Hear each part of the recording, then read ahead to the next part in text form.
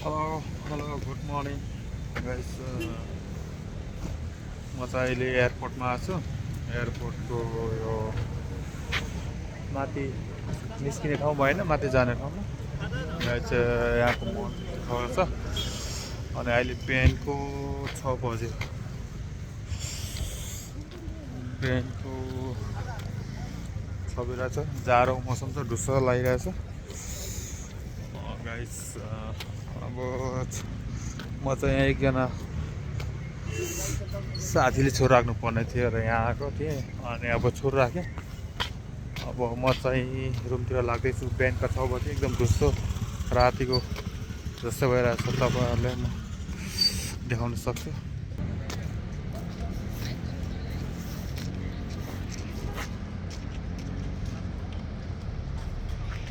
यो चाहिँ हाम्रो एयरपोर्ट हो, देख्न सक्नुहुन्छ।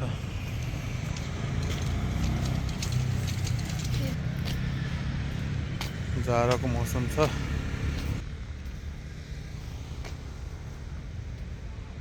धेरै गाह्रो छ, जाडोले कामिरहेछ।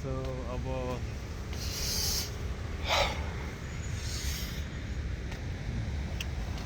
खतरा छ गाइस। के गर्नु, देशको स्थिति यस्तो छ।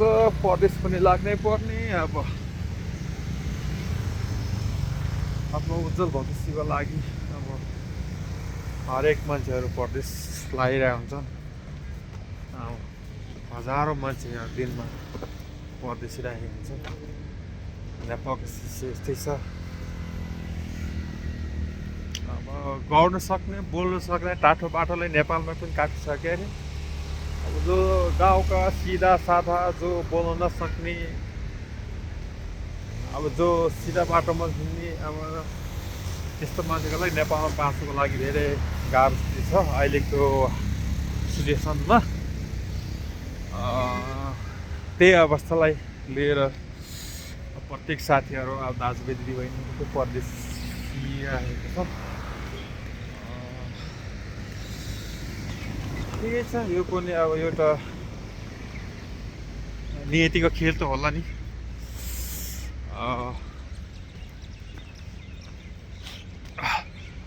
बिहानको 4 बजी उठेर आएको, नाकदेखि पानी आइरहेछ। चिसो एकदम मौसम छ, ढुस्स छ अझै पनि। तपाईँहरू हेर्न सक्नुहुन्छ, अझै पनि उज्यालो भएको छैन। बिहान अहिले 6 बजीसम्म पनि उज्यालो हुँदैन रहेछ। धेरै छ।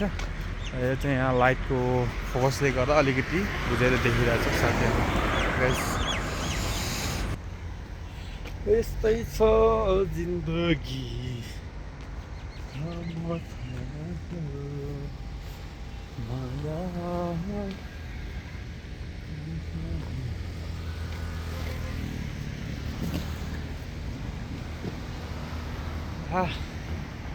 यहाँनिर हेऱ्यो भने प्रत्येक मान्छे सुटकेस बोकेर पुरा एयरपोर्टतिर गइराखेको मात्रै देखिन्छ।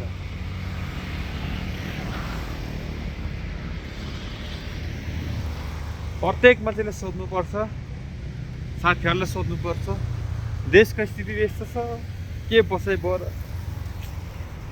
अलिकति राम्रो हुन्छ है भन्ने आशा गर्दा गर्दै खुद त तनातन मात्रै गर्छन्। के गर्ने अवस्था छैन भन्छन् साथी। यहाँ चाहिँ के ल्याएछ, वेलकम टु नेपाल। नेपालीमा स्वागत देखिरहेछ यहाँ चाहिँ गाइस। म चाहिँ गाइस अब बाहिर निस्किँदैछु। ठ्याक्कै त्रिभुवन विमानस्थलको गेटको मुनि छु, भित्र पस्ने गेटको मुनि।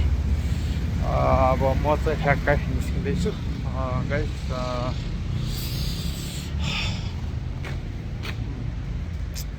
जाडो छ।